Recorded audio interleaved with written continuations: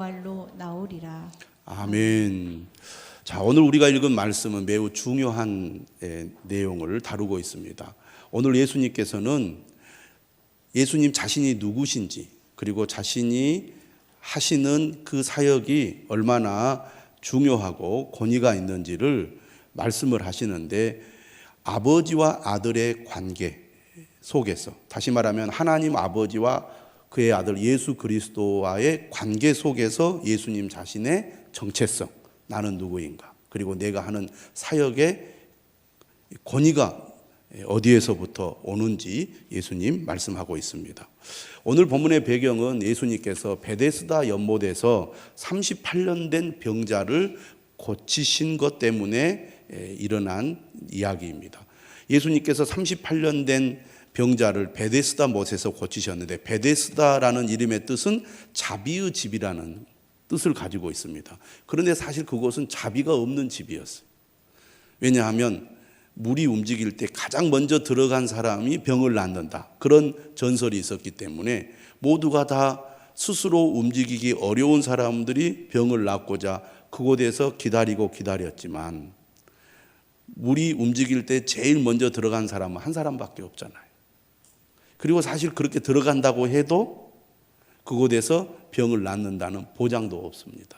그러니까 이름은 자비의 집인데 알고 보면 자비가 전혀 없는 집이라고 할 수가 있습니다. 예수님께서 친히 그곳에 찾아가셨고 38년 동안이나 누워있던 사람을 고쳐주셨어요. 얼마나 귀한 일을 하셨고 예수님이 얼마나 자비가 많으신 분이라는 것을 우리가 잘 알 수가 있잖아요. 이렇게 좋으신 분이 어디가 있습니까?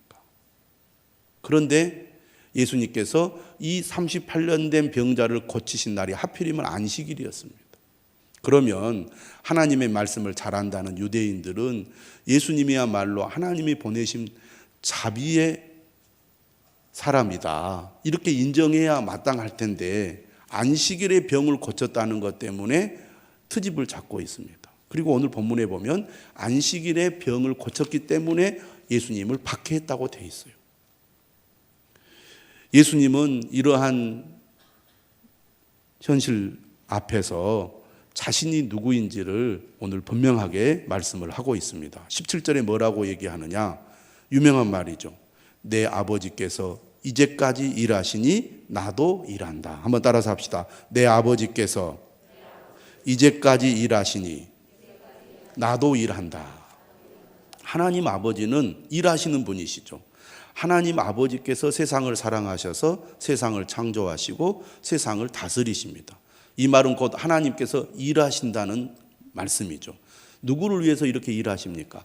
하나님께서 지으신 피조물, 더 나아가 하나님이 창조하신 인간들을 위해서 일하시는 것입니다. 그런데 오늘 뭐라고 말하느냐? 내 아버지께서 지금까지 일하고 계시듯이 나도 일하고 있다, 이렇게 얘기를 합니다. 그러자 유대인들의 반응을 보십시오. 18절에 유대인들이 이로 말미암아 더욱 예수를 죽이고자 합니다. 왜 예수를 죽이고자 할까요? 그들은 여전히 어둠 가운데 있어서 빛이신 예수님이 누구신 줄 모르기 때문에 그런 것이죠. 그들이 예수님을 더욱 죽이고자 하는 이유가 나와 있죠. 18절에 첫째는 안식일을 범했기 때문이고, 둘째는 심지어 신성 모독하는 발언을 했기 때문이라고 그들은 말합니다. 감히 하나님을 자기의 친아버지라고 하면서 자기를 하나님과 동등으로 삼아 이것처럼 신성 모독한 발언이 어디 있느냐? 그러기 때문에 유대인들은 예수님을 더욱 죽이려고 한 것입니다. 예수님의 사역 초기부터 예수님은 유대인들의 반대와 박해와 그리고 그들의 살해 위협 속에 사역을 시작하셨습니다. 그럼에도 불구하고 예수님은 자신이 이 땅에 오신 목적, 그리고 자신이 누구인지에 대해서 계속해서 말씀을 하고 있습니다. 19절에 이렇게 얘기하시죠. 우리가 요한복음을 보면 내가 진실로 진실로 너희에게 이르노니라는 표현을 예수님께서 반복해서 사용하는데, 헬라어로 보면은 이 진실로라는 말이 아멘이라는 뜻입니다. 아멘. 그래서 헬라어로 보면 아멘, 아멘 이렇게 되어 있습니다. 예수님께서 중요한 말씀을 하실 때 이런 표현을 사용하셨습니다. 내가 진실로 진실로 너희에게 이르노니 아들이 아버지께서 하시는 일을 보지 않고는 아무것도 스스로 할 수 없나니. 예수님은 어떤 분이신가? 철저히 하나님 아버지의 뜻을 따라 순종하시는 하나님. 하나님께서 하시는 일을 직접 보고 경험하고 그것을 따라서 모든 일을 하시는 분이라는 것을 강조합니다. 철저히 하나님 아버지와 아들과의 관계 속에서 자신이 누구인지를 밝히고 있다는 겁니다. 이것이 오늘 본문의 특징이죠. 예수님께서 하시는 일은 곧 하나님 아버지께서 하시는 일이고, 예수님께서 하신 일은 하나님께서 하신 일을 보고 그대로 하는 것이다라고 말하고 있는 겁니다. 그래서 19절 후반절은 뭐라고 말하느냐 하면 아버지께서 행하시는 그것을 아들도 그와 같이 행하느니라. 그러니까 예수님께서 하시는 말씀, 예수님께서 하시는 모든 행동들은 곧 하나님 아버지께서 하신 말씀이고 하나님 아버지께서 행하신 것입니다. 그러므로 오늘 우리는 예수 그리스도를 통해서 하나님이 어떤 분이신지, 예수 그리스도를 통해서 하나님께서 무슨 말씀을 하시는지를 알 수 있다는 겁니다. 그러니까 예수님은 지금 무슨 말씀을 하려고 하는 겁니까? 예수님은 하나님의 계시자라는 겁니다. 우리는 하나님을 온전히 알 수가 없어요. 하나님이 어떤 분인 줄을 누구를 통해서만이 정확하게 알 수 있느냐? 예수 그리스도를 통해서만 하나님을 알 수가 있습니다. 예수 그리스도를 통하지 않고는 하나님이 어떤 분인지 우리는 온전히 알 수가 없다는 것입니다. 이것이 예수님께서 강조하시는 말씀이에요. 그러니까 유대인들이 지금 예수님의 말씀을 인정하지 않고 예수님을 박해하고 죽이려 하는 것은 그들이 곧 하나님을 거역하고 하나님을 지금 배척하는 것과 똑같다는 얘기입니다. 그러니까 그들은 하나님을 잘 안다고 하면서 하나님이 어떤 분인 줄 전혀 모르고 있다는 것이죠. 20절입니다. 아버지께서 아들을 사랑하사 자기가 행하시는 것을 다 아들에게 보이시고, 그러니까 하나님께서는 그가 사랑하는 아들 예수 그리스도에게 자기가 행하시는 것을 다 보이셨다는 겁니다. 그러니까 하나님의 완전한 계시자예요, 예수님은. 우리는 예수님을 통해서 하나님이 어떤 분이신지 알 수가 있다는 겁니다. 하나님이 하시는 일, 하나님이 하시는 말씀을 예수님을 통해서 우리는 분명하게 알 수 있다는 거죠. 왜냐하면 하나님께서 그가 사랑하시는 아들에게 그가 행하는 것을 다 보이셨기 때문입니다. 그래서 예수 그리스도는 하나님의 영광의 본체다, 그렇게 얘기하지 않습니까? 심지어 뭐라고 말씀하시느냐? 20절에 보니까 그보다 더 큰 일을 보이사 너희로 놀랍게 여기게 하시리라. 그러니까 구약 성경을 통해서 계시하신 하나님, 그리고 그가 선지자들을 통해서 보여주신 하나님의 능력, 그것보다 훨씬 더 큰 일을 그 아들 예수 그리스도를 통해서 보여주신다는 겁니다. 그러니까 예수님은 어떤 분이신가? 오늘 말씀을 통해서 우리가 알 수 있는 것은 하나님을 나타내는 하나님의 계시자이시다. 그래서 우리는 예수님을 통하여 하나님을 알 수 있다. 예수님의 말씀이 곧 하나님의 말씀이고, 예수님이 하시는 일이 곧 하나님이 하시는 일입니다. 예수님을 믿는 것이 곧 하나님을 믿는 거예요. 그 얘기죠. 그러면 하나님께서 예수 그리스도에게 어떤 권세를 주셨느냐? 21절에 나옵니다. 아버지께서 죽은 자들을 일으켜 살리심 같이 아들도 자기가 원하는 자들을 살리느니라. 예수님께서 이 땅에 오셔서 하신 핵심 사역은 뭡니까? 생명을 살리는 것입니다. 영혼을 구원하는 것이죠. 우리에게 생명을 주시려고 이 땅에 예수님이 오신 것입니다. 이것이 하나님께서 그 아들 예수 그리스도에게 부여하신 가장 중요한 고난이에요.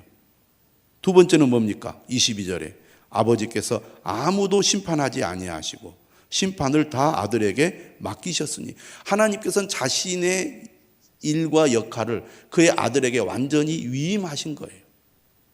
그러니까 하나님은 심판하지 않으신다는 겁니다. 왜? 아들에게 다 맡겼기 때문에. 그래서 예수 그리스도가 이 땅에 오셔서 하시는 두 번째 중요한 핵심 사역이 뭡니까? 심판입니다.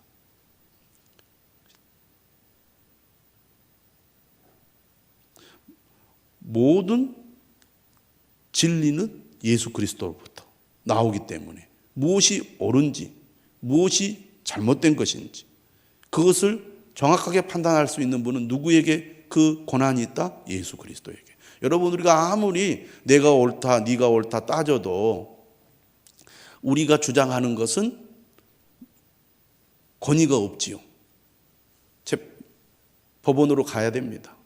가서 옳고 그름을 우리가 판결해 달라고 요청을 하고 법원에서 판사가 당신이 옳습니다, 당신이 틀립니다 라고 결정을 해줘야 그것이 권위가 있습니다. 마찬가지로 이 세상의 모든 문제에 대한 심판의 권한은 예수 그리스도에게 있다는 겁니다. 그러면 법원의 판사나 우리나 똑같은 사람이잖아요. 그런데 왜 그 사람들에게는 권위가 있습니까? 국가가 그들에게 권위를 부여해 줬기 때문입니다. 개인적으로 만나면 그 사람이나 나나 다를 게 뭐가 있어요. 그런데 국가가 그에게 권위를 부여해 주었기 때문에 그가 내린 판결은 효력이 있는 것이죠. 마찬가지로 하나님 아버지께서 예수 그리스도에게 심판의 권한을 주셨기 때문에 그가 내린 심판은 효력이 있는 것입니다. 그런데 지금 유대인들은 자신이 마치 심판자인 것처럼 예수님이 하신 일에 대해서 옳다 그르다 판단을 하고 자신들이 하나님의 자리에 올라서 심지어 하나님이 보내신 하나님의 아들을 그들이 판단하고 심판하려고 하니까 얼마나 웃긴 얘기입니까? 말도 안 되는 얘기다 그 말이에요. 아무 힘도 없는 사람이 판사에게 당신 잘못됐다고, 당신이 감옥에 가야 된다고 그렇게 말하는 것과 똑같은 것입니다.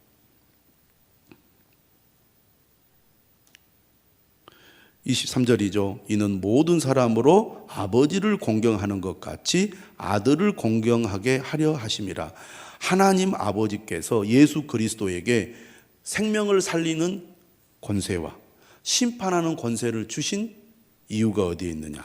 바로 사람들이 하나님 아버지를 공경하는 것처럼 그의 아들 예수 그리스도를 공경하게 하려고 아들에게 그러한 권한을 주셨다는 것입니다. 공경한다는 말은 우리가 하나님을 경외하고 하나님을 섬길 때 사용하는 단어입니다. 그러니까 우리가 하나님을 믿고 섬기듯이 예수님에게도 똑같이 하나님이 하듯이 하나님을 섬기고 하나님을 경배하고 하나님을 예배해야 된다, 그런 얘기입니다. 바로 하나님 아버지와 예수 그리스도는 그런 동등한 권위를 가지고 있는 분이라는 얘기입니다. 하나님 아버지께서 그 아들 예수 그리스도에게 그런 권세를 다 부여해 주셨다는 것이죠. 자, 24절 한번 같이 읽어보겠습니다. 24절은 우리가 반드시 암송해야 되는 구절이고 암송하고 있는 구절이죠. 같이 한번 읽어보겠습니다. 시작.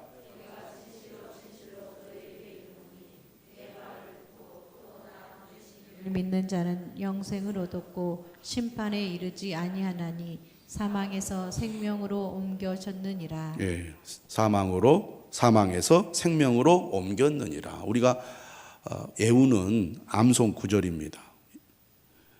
이런 배경 속에서 예수님이 이 말씀을 하신 거죠. 내가 진실로 진실로 너희에게 이르노니 내 말을 듣고 또 나 보내신 이를 믿는 자는. 여러분, 우리가 어떻게 믿음을 갖게 됩니까? 주님의 말씀을 들을 때. 예수님이 전하시는 말씀은 누구의 말씀입니까? 하나님의 말씀입니다. 예수님의 말씀이 곧 하나님의 말씀이기 때문에 하나님의 말씀을 듣고 하나님을 믿을 때. 그러니까 여기 보면은 나를 보내신 이는 누구를 가리킵니까? 하나님을 가리키는 거죠. 예수님의 말씀을 듣고 하나님을 믿는 자는 영생을 얻었고라는 말은 여기에서 우리가 보기에는 과거형처럼 보이지만 언어는 현재형입니다. 그러니까 현재 완료 시제 이렇게 영어로 생각하면 이해가 될지 모르겠습니다. 예수 그리스도를 믿는 자, 곧 하나님을 믿는 자는 영원한 생명을 현재 소유하고 있다는 것입니다. 요한복음에서 강조하는 하나님을 믿는 자들에게 예수 그리스도께서 주시는 영원한 생명은 미래에 얻는 것이 아니고 예수 그리스도를 믿는 자가 지금 현재 소유하고 있는 것이라고 말씀하고 있습니다. 예수 그리스도를 믿는 자, 다시 말하면 예수 그리스도의 말씀을 듣고 하나님을 믿는 자는 영생을 소유하고 있고 지금 현재 영생을 가지고 있고 그런 얘기입니다. 하나님께서 주시는 영적인 생명을 누리고 있다 그 말이죠. 그리고 심판에 이르지 아니하나니 이 표현도 사실은 현재형으로 되어 있습니다. 미래에 우리가 심판을 받지 않게 될 것이라는 의미도 있지만 이미 우리는 심판과 관계없는 사람이 되었다 그런 의미입니다. 그리고 사망에서 생명으로 옮겼다는 것은 이건 완료형을 사용하고 있는데요.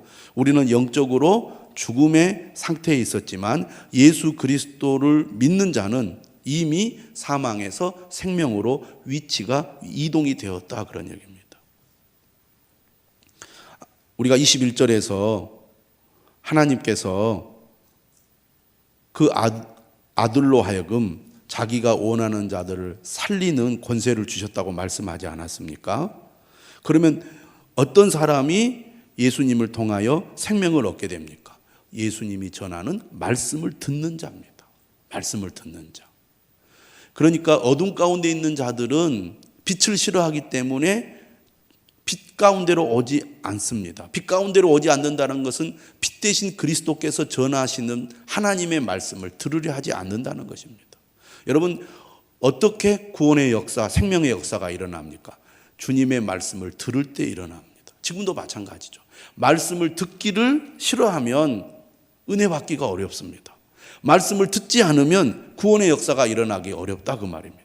말씀을 듣기를 즐거워하고 늘 자주 듣는 자에게 하나님의 은혜가 임하고 생명의 역사가 일어나는 것이죠. 그러니까 말씀을 들을수록 우리 안에 영적인 생명은 풍성해지고 말씀을 멀리할수록 우리의 영적인 생명은 피폐해진다는 겁니다. 그래서 믿음은 기본적으로 하나님의 말씀, 예수 그리스도가 전하시는 하나님의 말씀을 들을 때 일어나는 거예요. 그래서 말씀을 듣기를 즐거워해야 됩니다. 말씀을 듣는 것을 사모해야 됩니다. 늘 우리가 하는 얘기지만 믿음이 약해지거나 믿음이 병들 때 나타나는 가장 기본적인 현상이 뭡니까? 말씀을 듣기를 싫어하는 거예요. 그래서 말씀을 막 밀어냅니다. 그런데 여러분, 진짜 우리가 은혜 받기를 원한다면 말씀을 들어야 돼요. 제가 텔레비전을 보니까 유명한 영어 강사가 그런 얘기를 했어요. 영어 실력은 이렇게 수직적으로 향상이 되지 않는다는 거예요. 계단식으로 향상이 된다는 겁니다. 이렇게 영어 실력이 잘하다가 어느 순간은 계속 정체된 이런 그 기간을 거친다는 거예요. 근데 많은 사람들이 이 정체된 이 상태에 있을 때 중단하는 경우가 많다는 겁니다. 공부에도 실력이 늘지 않고 오히려 더 퇴보하는 것 같은 그런 느낌이 드니까 아이고 못하겠네, 나는 해도 소용이 없네 하고 안 하니까 다시 처음으로 돌아가서 또 시작하고 그러다가 또 중단하고 다시 처음으로 돌아가서 시작하다 보니까 수십 년 영어 공부를 해도 실력이 항상 바닥이단 말이에요. 그런데 그렇게 정체된 상태에서 영어 공부를 할 때에도 계속 그 공부를 하면 어느 순간 다시 계단 위로 올라가는 것 같은 실력의 향상을 경험하게 된다는 거예요. 이렇게 이런 식으로 이렇게. 그런데 신앙도 그런 것 같아요. 신앙생활도. 우리가 항상 하나님의 은혜가 충만하고 항상 성령이 충만해서 믿음이 쑥쑥쑥쑥 성장하는 것은 아닙니다. 반드시 신앙에 정체 기간이 있다 그 말이에요. 근데 그때 우리가 아이고 내가 열심히 예배를 드리고 열심히 말씀을 가까이 하고 열심히 기도해도 믿음이 자라지 않고 오히려 삶은 더 힘든 것 같고 내 신앙은 더 다운되는 것 같은 그런 느낌이 드니까 예배 생활도 멀리하고 말씀 생활도 멀리하고 기도 생활도 멀리하면 꼭 마치 영어 공부하던 실력이 바닥으로 뚝 떨어지는 그런 경험을 하게 된다는 겁니다. 그래서 우리가 말씀 생활, 믿음 생활, 예배 생활을 할 때 내 신앙의 성장, 또 하나님이 주시는 은혜의 그 기쁨이나 감격, 하나님이 주신 어떤 놀라운 이 복을 경험하지 못한다 할지라도 중단하거나 뒤로 물러나서는 안 된다는 겁니다. 계속 말씀을 가까이 하고 주님의 음성을 듣는 삶을 지속해야 된다는 거죠. 그런 가운데 어느 순간 다시 우리의 신앙이 더 성장하는 것을 경험하게 된다는 거예요. 혹시 여러분 영어 공부하듯이 초보의 상태에서 계속 맴돌고 있지는 않습니까? 우리의 신앙이. 저는 여러분들이 혹 정체의 기간이라 할지라도 포기하지 않고 주님의 말씀에 계속 귀를 기울여 듣게 되기를 주님의 이름으로 축원합니다.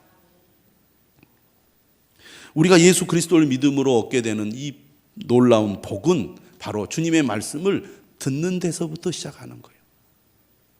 끊임없이 들어야 합니다. 그래서 우리가 날마다 말씀을 듣고 날마다 큐티하고 날마다 묵상하고 이런 삶의 과정이 금방금방 내 신앙의 성장을 이루게 하지는 못하지만 지나고 나면 그런 과정을 통해서 내 믿음이 한 단계 한 단계 성장해 있는 것을 우리는 경험하지 않습니까? 25절입니다. 진실로 진실로 너희에게 이르노니 죽은 자들이 하나님의 아들의 음성을 들을 때가 오나니 곧 이때라. 듣는 자는 살아나리라. 예수 그리스도를 믿는 자는 생명을 얻습니다.